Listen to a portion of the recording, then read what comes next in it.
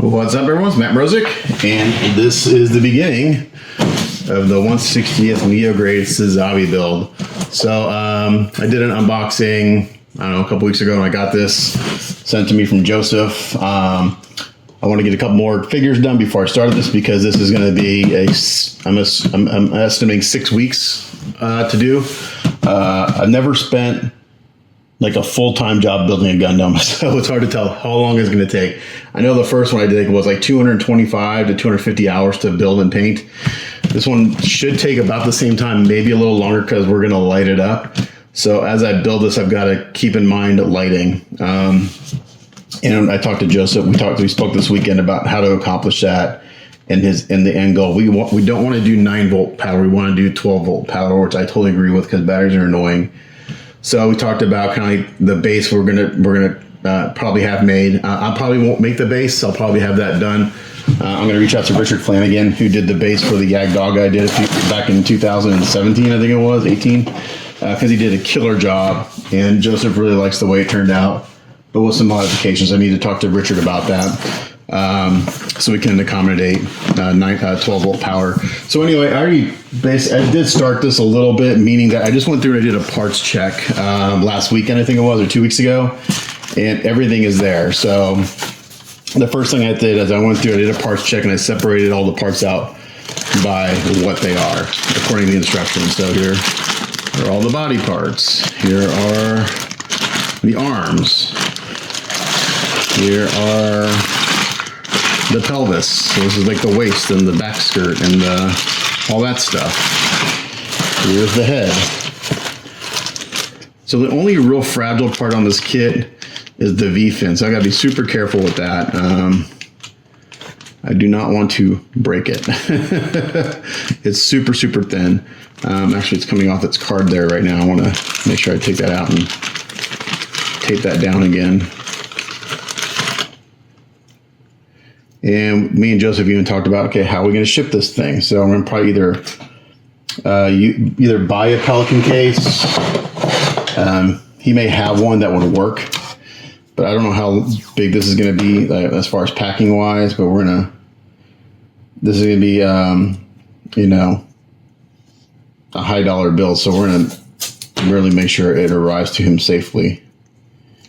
So we're going to do the foam packing in a Pelican case, or I'll build a shipping crate or something to ship this in. So there's the head. Here are the little bit of electronics that it comes with. It's just a button battery with a couple LEDs for the head. Here's the weapons, the shield and beam rifle. And here's the backpack, fin funnels, backpack, and all that stuff, and the hinges and things. The legs, which have the biggest parts, are right here, and then the other parts in here that are looser, like the calf armors and the feet and all that stuff.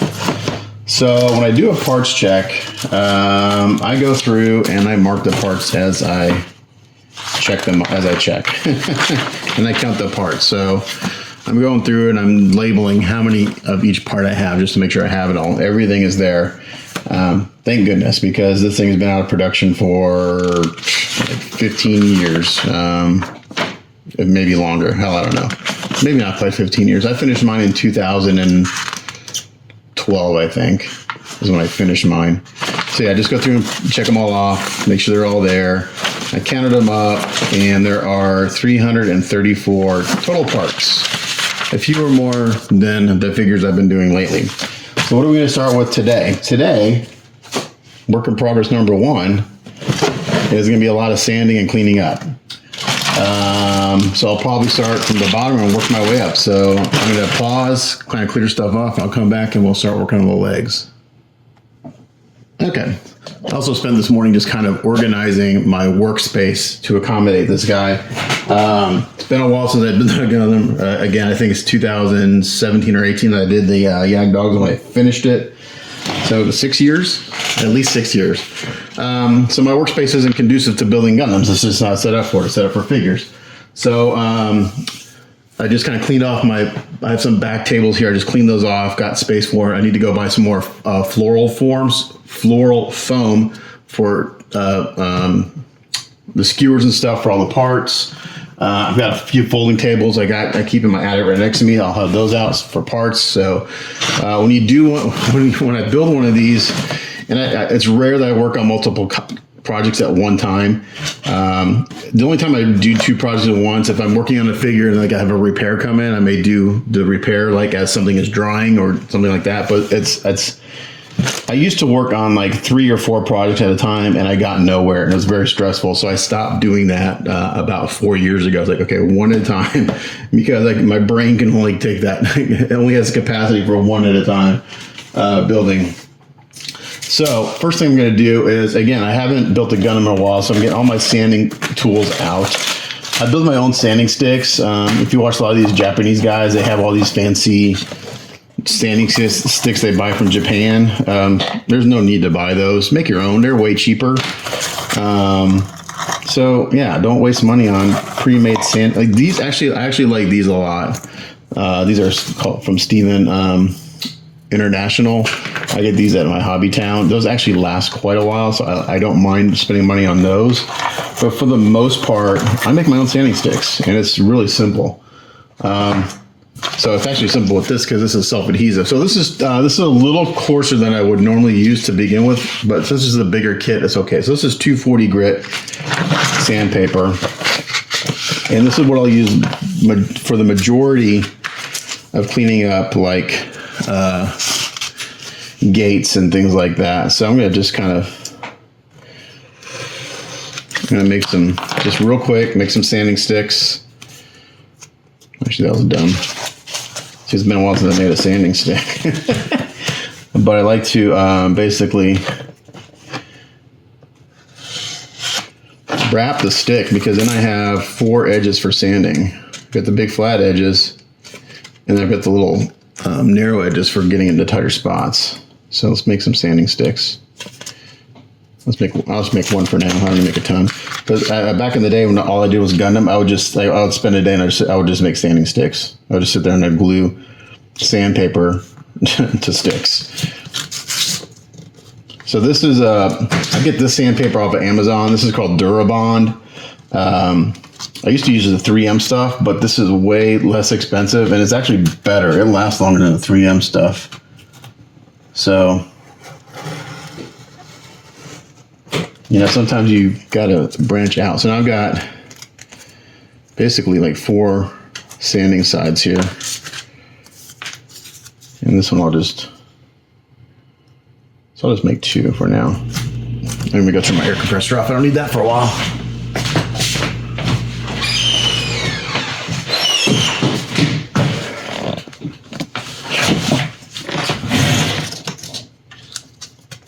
So I've been kind of mulling over my head how this is going to get lit, and I think I have an idea. I'll talk about it as I build. Okay, so I got a couple sanding sticks. There's some 240 there. I've got a blade with an X-Acto knife with a brand new blade on it, and I'll show you where that comes into play. I'm going to get another X-Acto blade, but I'm going to break the tip off because that's what I use for scribing. That's my high-tech scribing tool. Those pliers are out of whack.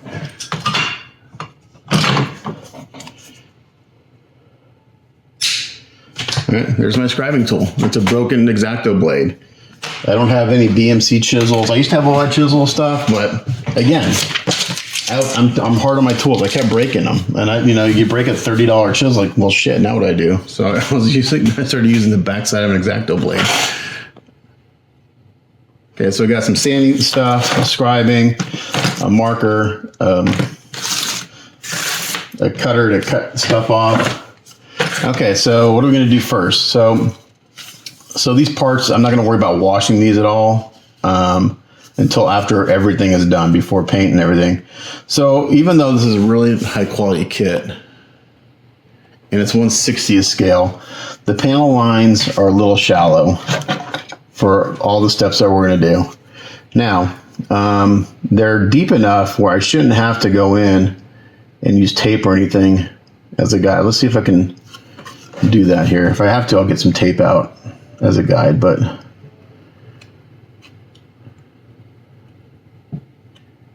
actually this blade I just broke off is not really good.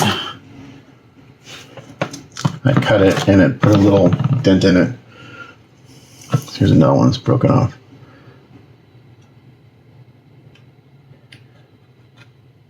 So all these lines are going to get rescribed as I go. Yeah, so if I'm careful, you don't want to put a ton of pressure on. Use light pressure. As soon as you start pushing on things, that's when things slip. And in this early stage is not the end of the world, because this is all going to get sanded and primed. But I like to make my panel lines, especially on these big guys, really pretty deep. Because this has to go through at least two rounds of primer and sanding, and then a final round of primer. So it's got to be able to take all that material, and you can already see, I think between that line and this line, how better defined it is. At least I can tell. I'm not sure it's showing up in camera. And it's always a good idea to come at it from both sides too, okay? So I'm just going to show a little bit of this here and kind of explain what I'm doing. Okay, I feel like, and these will probably, as I'm priming and everything, I'll probably go through and clean out some of the primer again, just so that these have plenty of definition. It's also a good idea, anything that's a raised detail that you can do a panel line, just go and do a light scribe around that edge too. You'll give the panel line wash, a better, it'll make it easier for it to run around that detail. I'm not making these as deep because there's already a crevice there.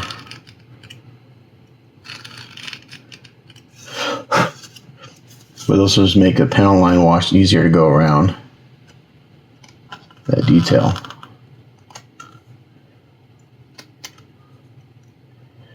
Okay, so there's that. Rescribe panel lines. I'm gonna do that on all the panel lines. Another thing I do, this is a good part to just demonstrate this on because it's big, is I go through and I look for the mold lines. So there's a mold line right here. And I highlight it with a marker, okay? Like that. So I look for the mold lines. And I should be able to follow that around the entire part.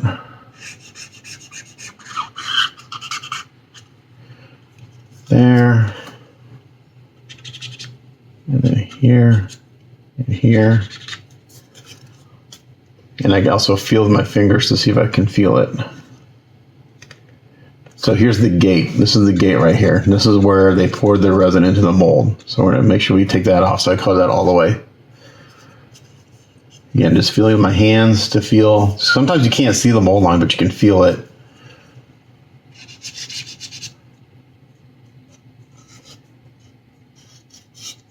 Okay. All right. So from there, that marker acts as a sanding guide. I'll take one of our nice sanding sticks. And I like to sand with my thumb. And these big popsicle sticks are perfect for this because it's a nice flat sanding surface. And again, this is a kind of an aggressive sandpaper. Now there's a mold line here, not a mold line, a panel line that I don't want to sand away. So I'm going to just lightly sand over this real quick. Now I haven't gotten rid of the mold line yet. The mold line is right here, but this panel line is pretty shallow. I don't want to get rid of it. I don't want to lose it. So I'm going to go in here and rescribe it before I continue sanding that spot. I'm going to have to get my optivisor on some of this. My eyes are not what they used to be years ago.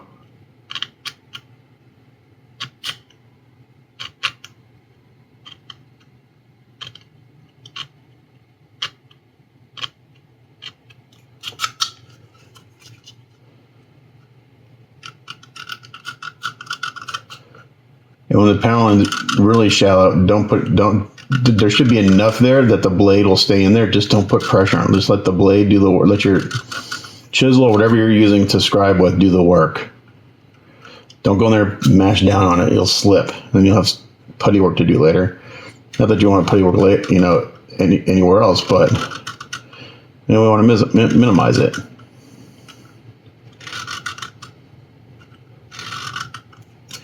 Okay. A little paneling here.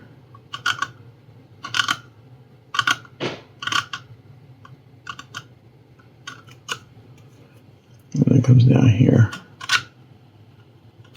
So putting that marker on and doing just a little bit of sanding made it much easier to see that panel line. Okay. And it comes up here too. It's a little deeper up here.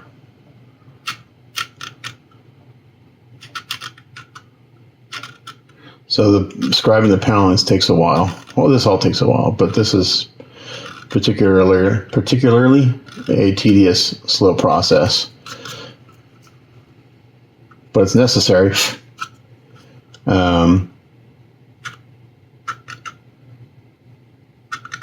So that they maintain their detail through all the painting and sanding and everything that's going to happen. So sometimes I'll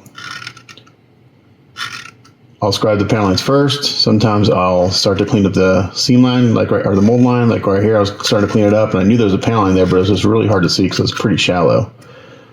So just a little bit of sanding, and what it is, that sanding just went in the panel line, so it brought it out.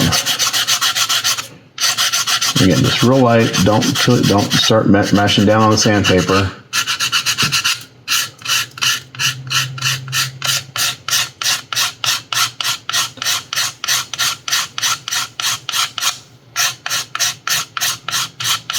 Okay, now this is a big flat surface right here. So once I get this pretty close, you can see right there the mold lines popping out. Now we'll have to come to this side a little bit because it kind of wraps around this calf a little bit.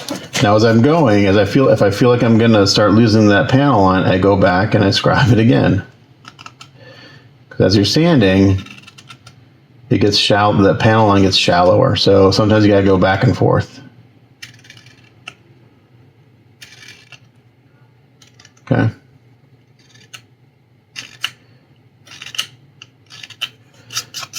So now what I can do here, I can take my new blade right here. This is a new blade. I can actually scrape this, and it'll give me a nice flat bevel.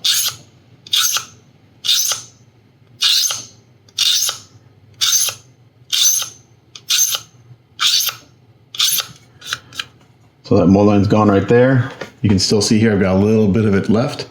Now that's back on that curved section. So that's where I'm going to come in with one of these sanding sticks from Steve International, because this is on this curved surface. I'm going to come in here and I'm going to do this. This is a 180 grit sanding stick, but it's been used a lot, so it's not quite as aggressive. Okay. Now look, we still have that little,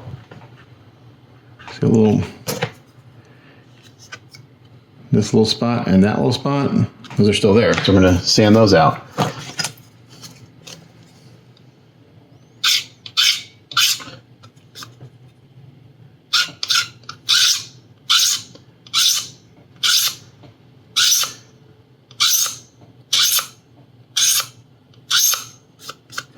Okay, so now if you used your X-Acto blade correctly, when you scrape like that, you'll get a nice sharp beveled edge. And these Gundams are all about sharp edges and bevels and everything. So now I'm going to come back in here again and hit this panel line once more. And like I said, once I start throwing primer on and stuff, that's when you really check your work to see how your panel lines look.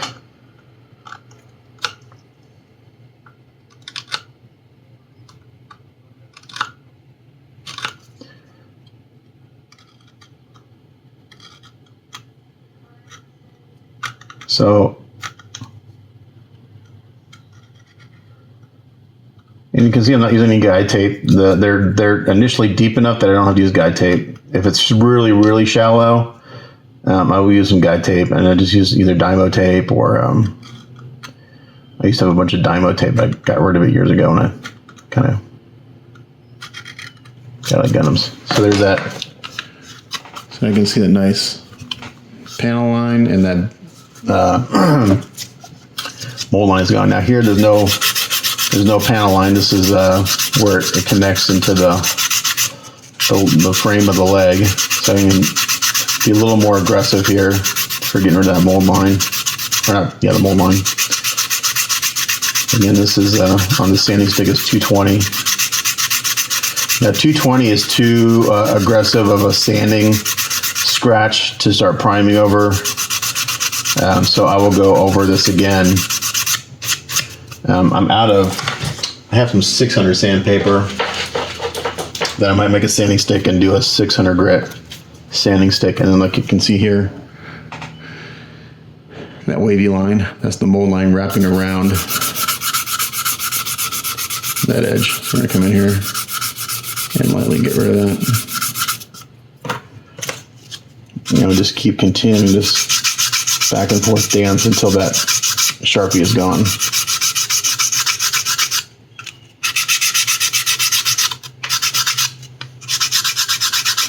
So talking to my client, this really doesn't have an inner frame. There are some areas that have detail, mainly like up under the leg here where the thrusters are, and up in the shoulder detail. So we're not worried about being able to remove parts to see detail, because he's like, realistically, I'm never going to take the thing apart. And I go, I always suggest not doing that, because even with all the prep and everything you do, and you know, if you put a ton of work into making stuff removable, you're gonna mess up paint eventually. There's no way around it. It's just gonna happen. So we're not concerned about being able to take things apart. Now, in lighting this, in the back of my head, I'm thinking I've got to be able to make this so where if an LED does happen to go out, that it can be repaired. So I got to think about that. Again, I don't light a lot of stuff, so I'm not sure. I know they're supposed to last for 10,000 hours or whatever, but you never know. So I need to reach out to a couple buddies of mine who do a ton of lighting. It's like anything else, you can find cheap versions of stuff, and you can find quality. So I'd rather buy really good quality LEDs that have a good track record of not burning out. Actually, I know the exact guy to call about that. So again, just going through here and scribing as I go. And I got a little past there, that's no problem. Everything's gonna get sanded anyway. With some 320, probably 320 or 400. All the surfaces.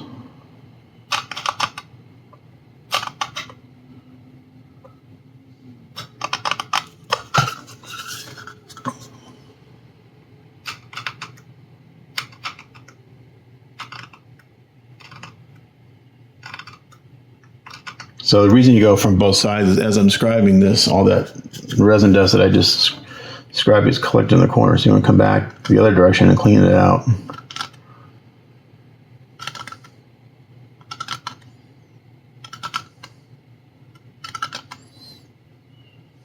Okay. So this line's a little shallower, so I'm really going to put really light pressure on it.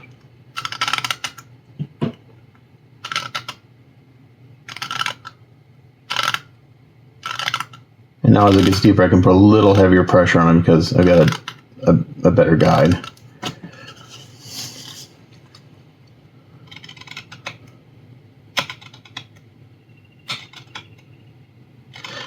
We didn't even talk color on this yet. I'm assuming he's going to want just traditional, like a shard red. Similar to what I actually know the color I used on the one I did years ago. I actually know the process. I actually wrote an article on the build of that kit for a digital magazine that I don't think is around anymore. But I have that article saved actually from years ago. So this isn't exciting to watch, but This is the basic. So like right there, my blade slipped and came out of the panel line. So I'll have to sand that a little bit, or I may have a little bit of putty work there. I got a little aggressive.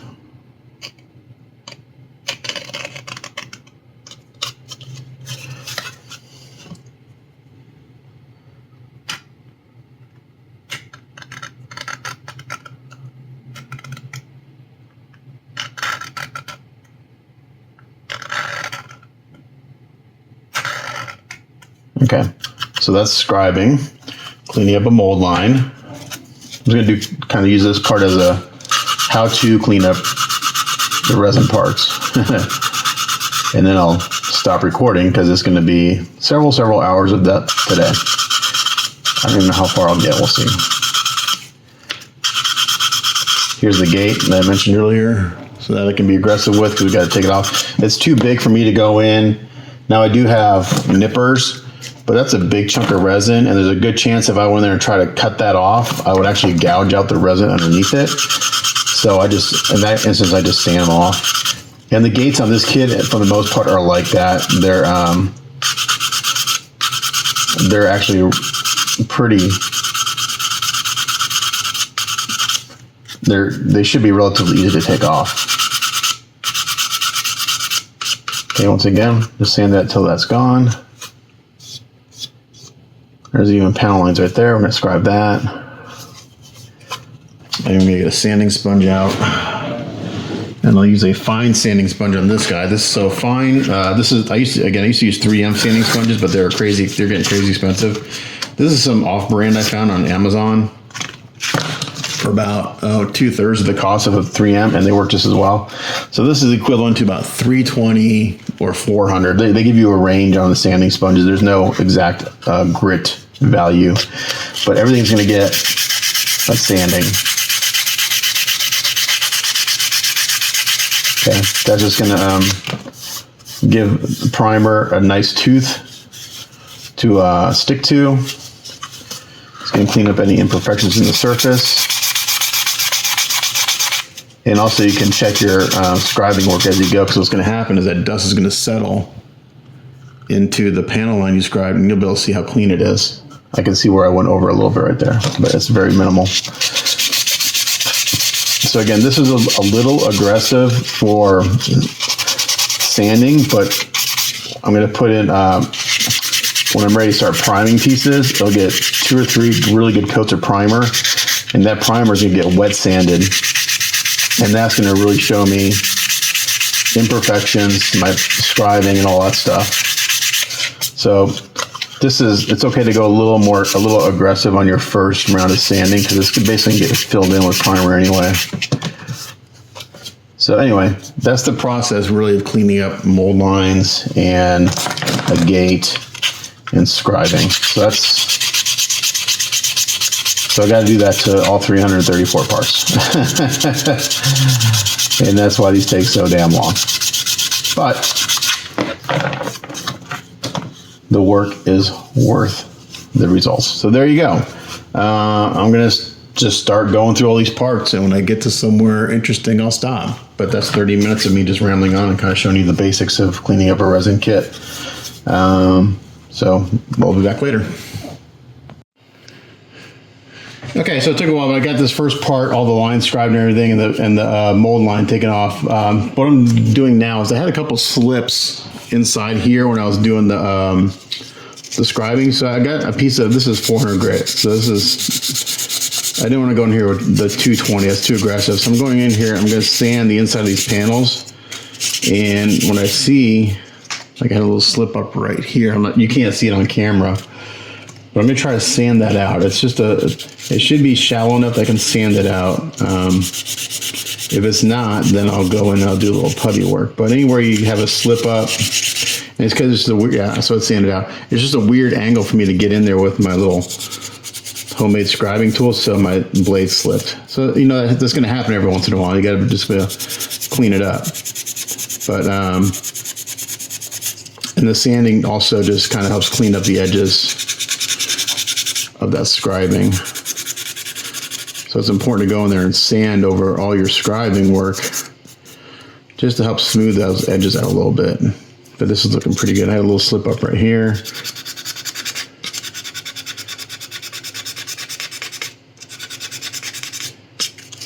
And hopefully that one will sand. I had one that was a little deeper that I may have to putty later. We'll see.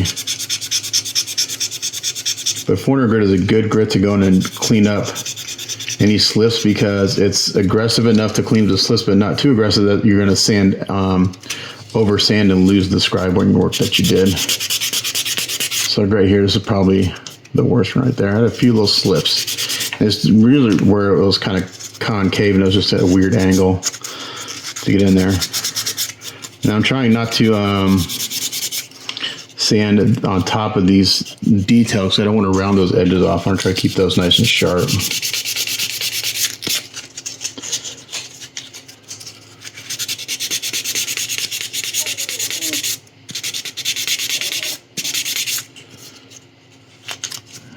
Let's see. Looks like I'll get most of that out, and anything else should get filled with primer. Yeah, pretty good slip here. Yeah, I was coming this way, and my knife went whoop up this way. And when you slip, when you go back to rescribe, you don't want to go in the same direction that you slipped, because your blade will keep following where you slipped. You got to go back the other direction. So that's a little deep there. Let's see if I can sand it out. And that may require a little putty work in the end. We'll see.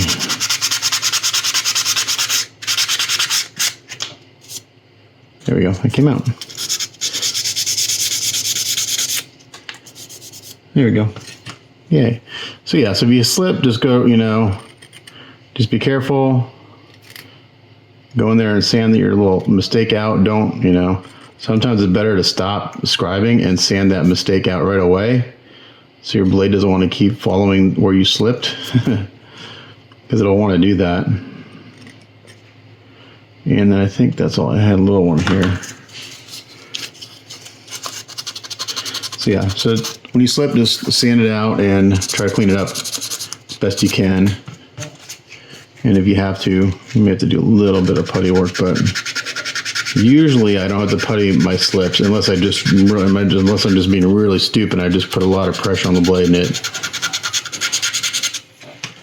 did a real big gouge. But so I went and rescrubbed all the inner panel lines, all the outside panels, and I did switch to a super fine sanding sponge for the overall sanding. I was finding that the fine was just too aggressive, so I'm switching to a super fine.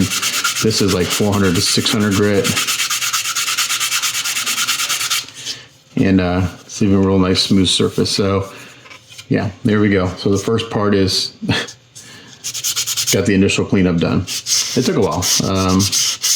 I work slow when I talk too. So as I'm not talking and just listening to music or whatever as I work, it'll go a little quicker. So the first, initial cleanup is a little slower as I talk. And I just have I have one in the box over here. As I get done with the part, I throw it in that box, so I know that part's been had the initial cleanup done. And I got my optivisor on now, so now I'm seeing some more of the mold line that I missed earlier. Right here. But yeah, there you go. I'm gonna keep going. So something interesting about this kit, and I thought that this was 3D printed the first time I did it, because after I painted mine, I saw some what looked like layer lines. I'm not sure if it'll show up in camera, but as I'm here working on this, as I turn this in the light, I can see some 3D. It's very subtle. I mean, you have to like really struggle to look at. If I wasn't looking at this with an optivisor, I would never see it.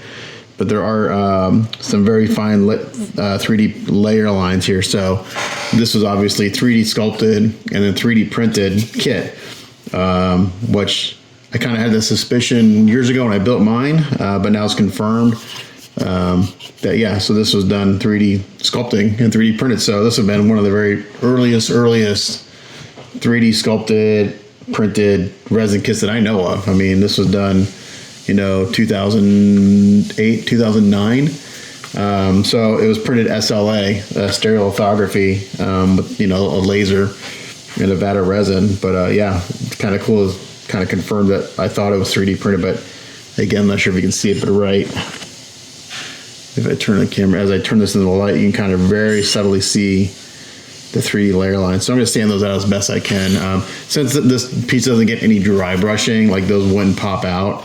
When I'm working on figures and I have to do dry brushing, I have to get those out, because if you don't, they just stick out like a sore thumb. But since this is all like 99% airbrushed, you would never see those otherwise. But yeah, kind of cool little fact about this kit. Okay, so been working on this all morning, getting the first leg cleaned up, working on the right leg. I should have the right leg and part of the left leg cleaned up today. I gotta go back. I cleaned up the wrong armor in the morning to do the right leg, but I did want to show you stuff. I'm starting to get things kind of pinned, or not pinned, I haven't pinned anything yet, kind of just dry fitted together. And so far I've only run into one problem so far. And up in this key, I'm not sure if you can see it, there's a little bit of resin sludge, which is just preventing this key from going in. So there's two ways to fix this. I can try to dig that resin sludge out, which is hard to do, or I can just trim the top of this key off, which is much easier to do. So that's what I'm gonna do. So I'm just gonna take this and I'm just gonna trim the top of this key off a little bit. Just carefully.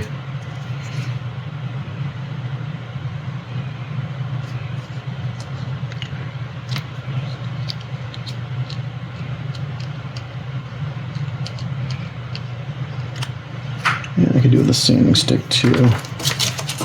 This is easier than trying to get in there and dig out that resin sludge. This is gonna get glued on later anyway, so I don't care what this key looks like. So, there we go. Okay, now with that taken out, this should slide in now. This side went in just fine. It's a tight fit. Like that, and now this should slide in, and there we go. So just by trimming that key, now we've got a good fit. And let's see. Yeah, so that goes in like that. Oh yeah, okay, I was thinking this is flat, it doesn't. That's above the foot. So let me show you kind of how this goes together so far. So this is the inner bit of the foot right here, the bottom. I just went through and grabbed all these lines down here, even though you won't see this once it's on the base. You saw how that went together. This is the heel. That goes there.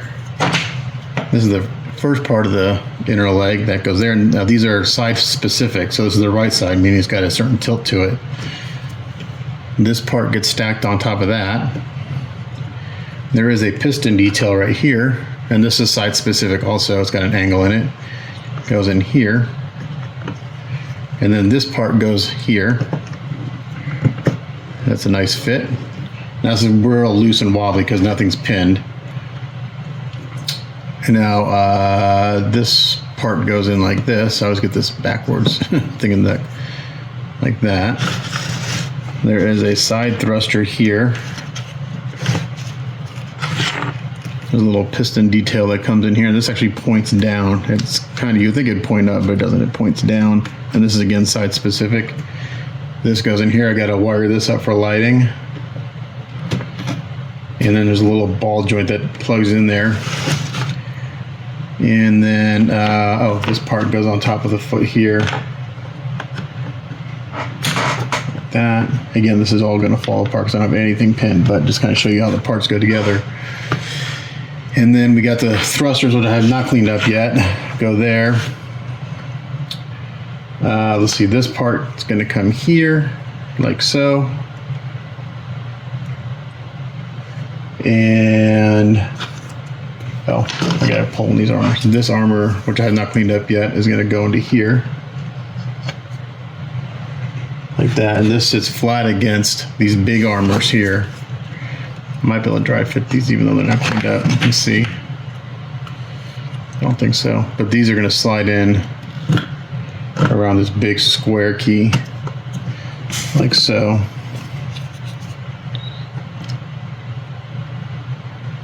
So that goes in. Let's see, is there something in the way? Again, I haven't cleaned up these armors, leg armors yet. So that goes there. This comes in. Pretty much sits flat against those armors. That comes here like this. So that's the bottom part of the leg. Real wonky and loose. And then up here, we've got the thigh and the hip. And then we got this piece of armor that goes here.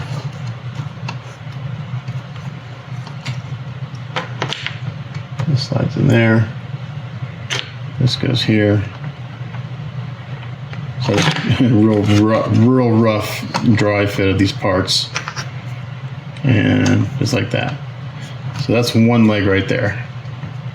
And that leg by itself is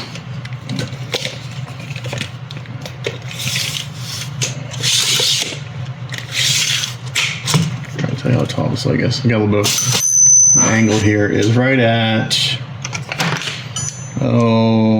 10.5 inches, somewhere in there, 10.5, 10.75. So yeah, so that's how that fits together. While I'm here, I don't want to really pin. I could pin. I really don't want to pin any of the inner parts together because I have to again think about lighting. So I think what I'm going to do is I don't own a drill press. So I think I may go to Harbor Freight and just get a little cheapy drill press. Because I think what I want to do is drill. I want to be able to put this part on a press and be able to just drill straight down. Because if I do it by hand, it's not going to be straight. So basically, I want to like tack all these parts together, and the lights for the legs basically they need to come out here, and here. So I got 4 lights that I've got to deal with. So I only need to do a pipe for these 2 parts down through the foot to accommodate for the wires and stuff. I would like to try to keep as much of the wiring internal as possible so we don't see it. I think it's gonna be pretty easy on this part because I can drill a hole here and up through here, and then that'll connect. That'll create a channel for wiring there.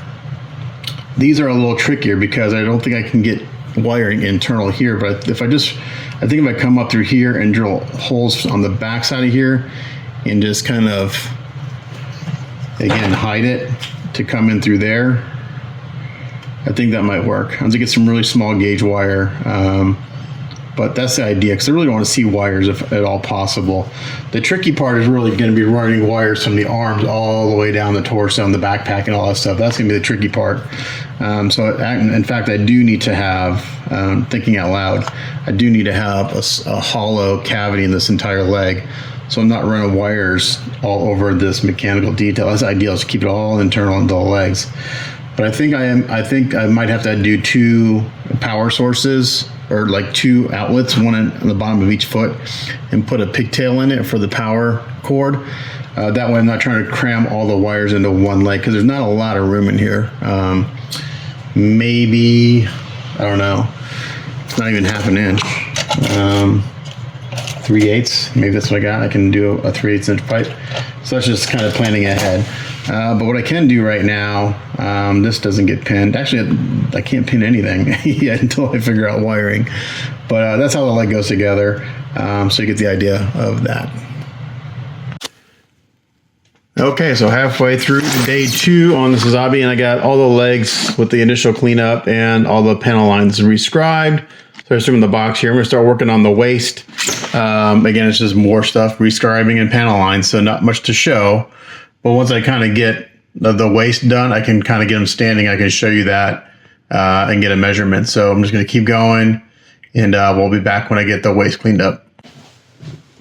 Okay, well, after a little over 2 days, I've got the legs and the waist with the initial cleanup and the panel lines rescribed. As you can see, the legs are not staying together because I have nothing. The only thing I have pinned right now is I got these few parts on the front pinned.